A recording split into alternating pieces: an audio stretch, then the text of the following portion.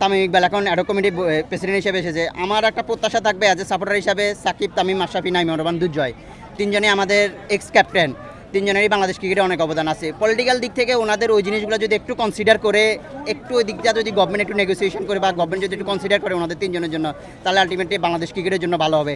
আশা করি তামিম ইকবাল এই উদ্যোগটা নেবেন এবং যিনি ক্রীড়া প্রতিমন্ত্রী আছেন বর্তমানে, উনি একজন এক্স ফুটবলার ক্যাপ্টেন ছিল, উনি এই দিকটা দেখবেন আশা করি। ফার্স্ট টি20 যেভাবে বাংলাদেশ খেলেছে ডিপেন্ড করে, লাস্ট বাংলাদেশ কবে এভাবে কমফোর্টেবলি জিতেছে এটা মানে মনে করা খুব কঠিন। সো আজকে থার্ড টি20 আশা করি বাংলাদেশ খুব ভালো খেলবে, যে স্ট্র্যাটেজি নিয়ে যে গেম প্ল্যান নিয়ে ফার্স্ট টি20 খেলেছে আশা করি আজকেও সেইভাবে খেলবে এবং প্রত্যাশা থাকবে আজকে জিতে আমরা সিরিজ জয় করবো আশা করি ইনশাল্লাহ। আসলে পছন্দের খেলোয়াড় বলতে টি20তে যে কোনো একজন প্লেয়ার যদি ভালো খেলে গেমটা পুরোপুরি চিনারি উল্টে যায়।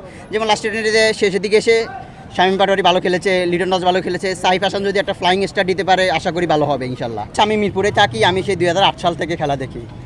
বেসিক্যালি আজকে আমরা আমাদের বিসিএসের পক্ষ থেকে আসছি, বাংলাদেশ ক্রিকেটার সাপোর্টার অ্যাসোসিয়েশন থেকে। টি20তে হচ্ছে মোমেন্টামটা ফার্স্ট 6 ওভারটা যদি ভালো মতো খেলতে পারে, সেই 6 ওভারটাতেই গেম ঘুরে যায় অনেক ক্ষেত্রে। সো এই ফ্লাইং স্টারটা যদি বাংলাদেশ দিতে পারে আশা করি খুব ভালো খেলবে।